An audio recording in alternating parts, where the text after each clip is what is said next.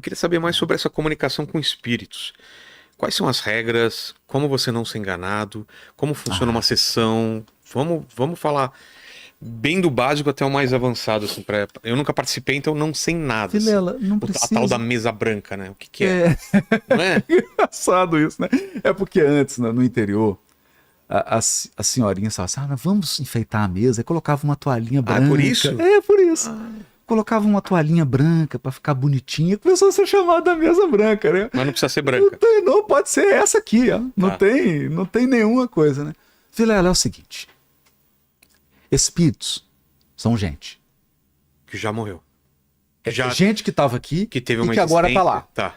Qual que é a diferença dessa pessoa pra gente? Qual? Você, por enquanto, tem um corpo. Por enquanto. Sei. Esse corpo aí, por enquanto, é a única diferença. Então eu digo assim: tem gente de tudo quanto é tipo. Se a gente sair aí em São Paulo e a gente começar a conversar com gente na rua, dá pra acreditar em todo mundo? Você falou gente com Pessoa, corpo. pessoa, Tá. pessoa. Claro. Se a gente sair, dá pra confiar em todo mundo? Claro que não. Dá pra fazer negócio com todo mundo? Mesma coisa com o espírito, então. Mesma coisa. Mesma coisa. Porque o fato do cara ter morrido não transforma ele não, pô, ele continua Não ele. faz ele ser melhor. Ele é idêntico. Então, eu digo, prudência. Está lá na carta de João. Discernir quanto aos espíritos. Discernir. Você tem que discernir. Né? Então, foi tão ilegal. O Kardec preocupado com isso, porque o que ele percebeu? Ele falou assim: olha, é muito legal. Puxa, que bacana. Mesa, é muito legal. Mas esse negócio é perigoso. É bem perigoso. Porque É pode ser perigoso usado porque pro mal. pode ser usado para o mal. E se você for ignorante, Não, se eu acreditar você vira um 100%. joguete. É, exatamente. Você vira um bobo. Porque Você vira um bobo. ao mesmo tempo que você fala que eles são iguais a gente, eu acho que eles têm uma consciência, eles estão vendo mais do que a gente. Vou te contar Não uma é? historinha linda aqui. Vou te contar uma Porque historinha. eles não estão restritos a espaço O físico. Kardec tinha lá o orientador dele, que era o São Luís. Aí, rapaz, lá na comunicação, reunião mediúnica, apareceu um espírito piando igual um pintacil. Tá. Imagina o professor Rivai, porque o Kardec era todo sisudão, imagina aquele homem sisudão, todo sério, né? Tá? Aquele tiozão, né? Bem sério, assim, né? Aparece um espírito piando, cara. Piu, piu, piu. Ele falou: que porcaria é essa? Aí ele perguntou assim: quem que você é? E aí o Pintacil começou a falar. Vai escutando. Ah, eu sou o Pintacilgo. Aí falou: ah, você é o Pintacilgo? Da onde? Do quintal. É que eu tinha um ninho aqui, os meus filhotes caíram e o gato comeu e depois me comeu também e agora eu tô aqui. Bom, claro que o Kardec percebeu. Estava lidando com um zombeteiro. É. Encerrou. Ah, beleza. Não deu. E aí pediu para falar com o São Luís. Ele falou pro São Luís: poxa, como é que você deixou esse negócio acontecer? Eu tô aqui fazendo um trabalho sério. Chega um espírito piando aqui falando que é pintacil, pô, tu tá de brincadeira comigo. Ele falou assim: deixei para te ensinar uma lição. Evocai as pedras e as pedras responderão. Muito cuidado. Muito cuidado. Não é porque uma pessoa chega aqui e fala que é não sei o que é aquilo, que você tem que acreditar. Porque são seres como vocês aí. Não tem criminoso, não tem enganador, não tem estelionatário, não tem gente de má fé, não tem gente perturbada. Aqui também, meu filho. Então, toda vez que você tiver numa comunicação, tem que ter muito cuidado. Todo cuidado é pouco. Isso aqui é coisa séria. Isso aqui não deve ser feito por iniciante. tem que ter experiência, tem que ter anos de estudo e experiência para fazer isso aqui. Isso aqui não é brincadeira. E aí o Kardec ficou tão chocado com isso que ele falou assim: olha, eu vou ter que escrever um livro advertindo desses perigos. E aí ele escreveu O Livro dos Médiuns. E depois você pode dar uma olhadinha. Você abre assim, ó, tá escrito assim: Os Perigos da Mediunidade. Ele escreveu um livro para falar dos perigos. Pra gente ter uma ideia de que não é brincadeira. Mas, Vilela, cirurgia cardíaca é brincadeira? Claro que não. Uma cirurgia no cérebro? Cara, tudo que é muito profundo, muito importante, Requer cautela, requer estudo, requer preparo. Você vai colocar uma criança para pilotar um avião? Não vai. Né? Mediunidade também. O termo médium, o que é um médium? É um canal? Um canal, um intermediário. Qualquer um pode ser médium? Não.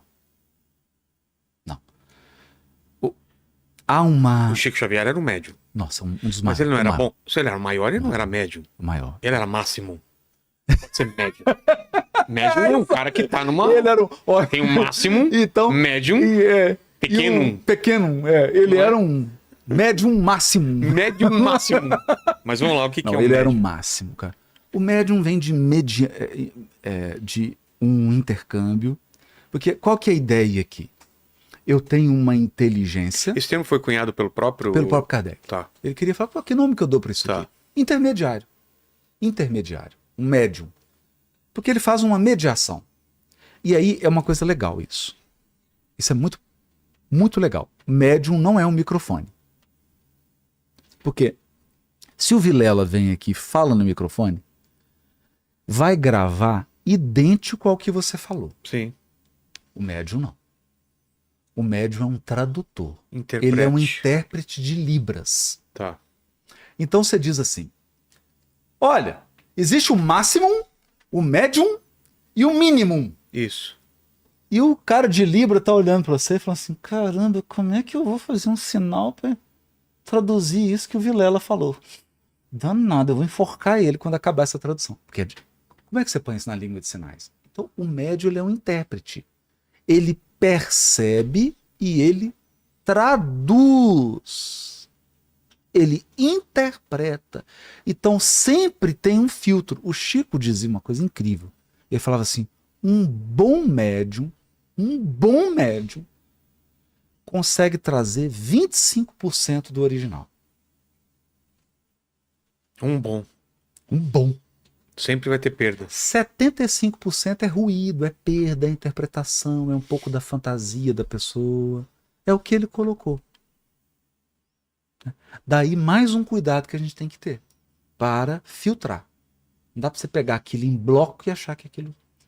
Agora, tem uns Chico Xavier da vida, então, que é uns pontos fora da curva. Essas pessoas são escolhidas porque, como elas são o Espírito falou, né? Ele estava esperando o Kardec. São escolhidas. São escolhidas. São escolhidas. Desde pequeno, você acha? Eu acho que uma Mahatma Gandhi é um escolhido. Tá.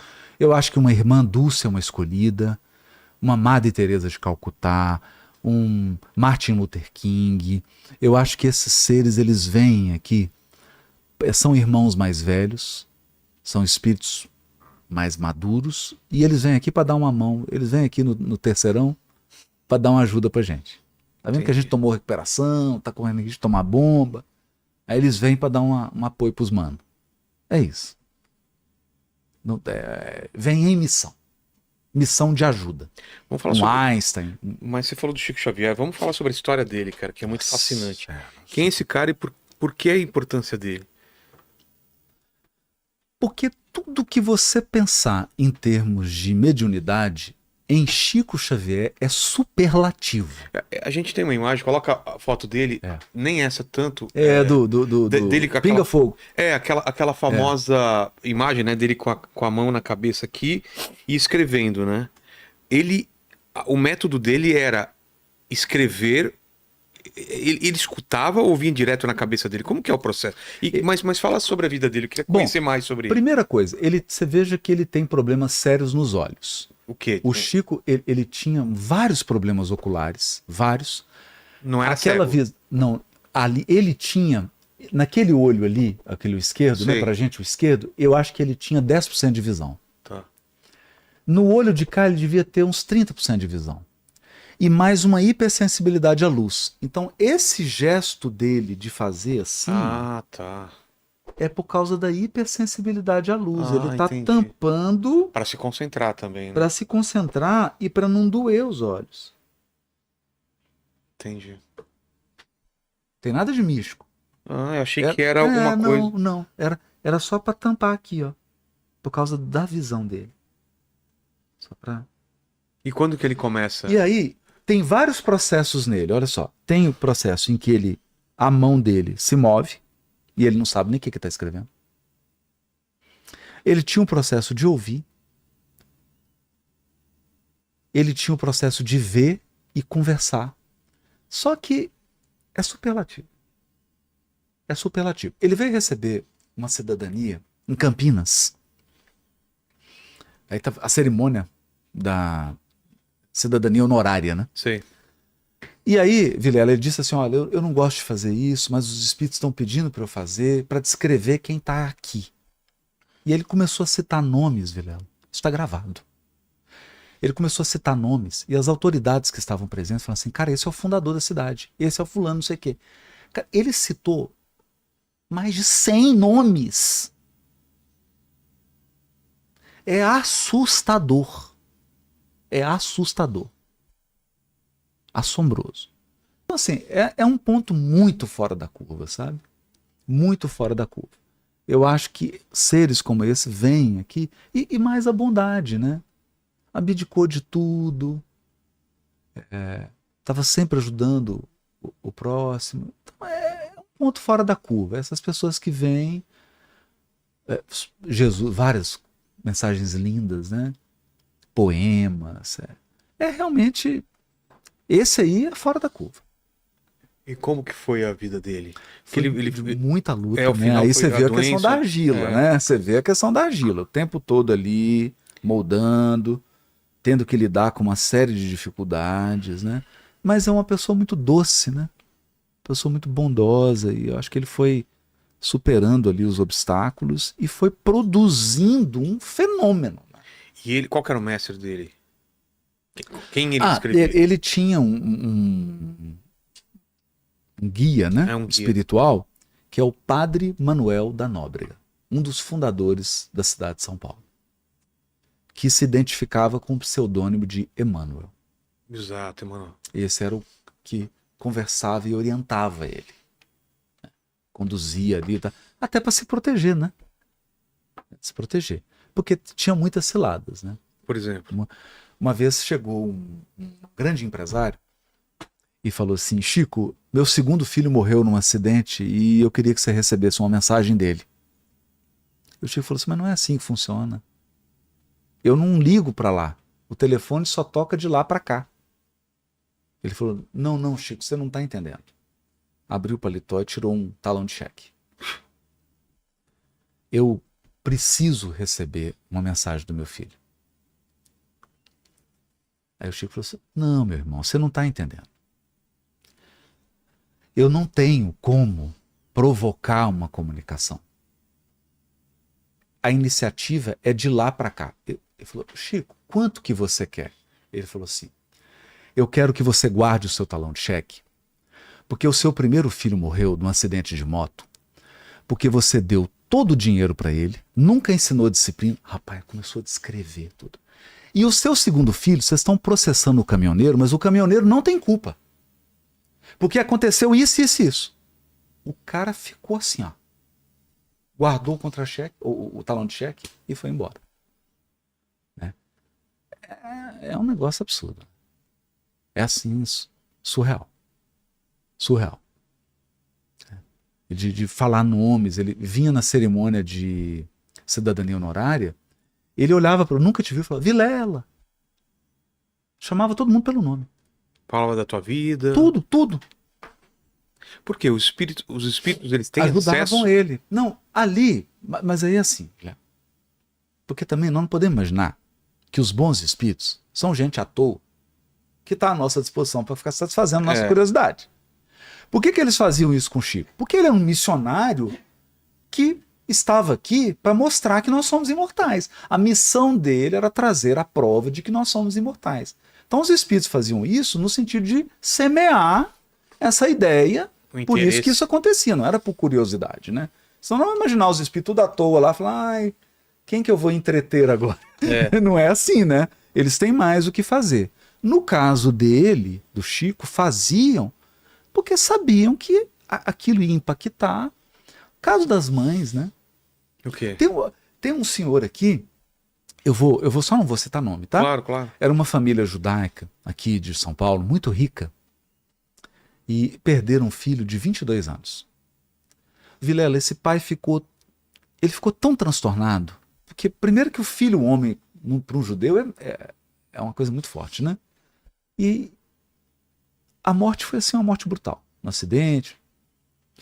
Esse pai ficou tão transtornado que dava 6 horas da tarde, ele ia para o cemitério e dormia em cima do túmulo do filho.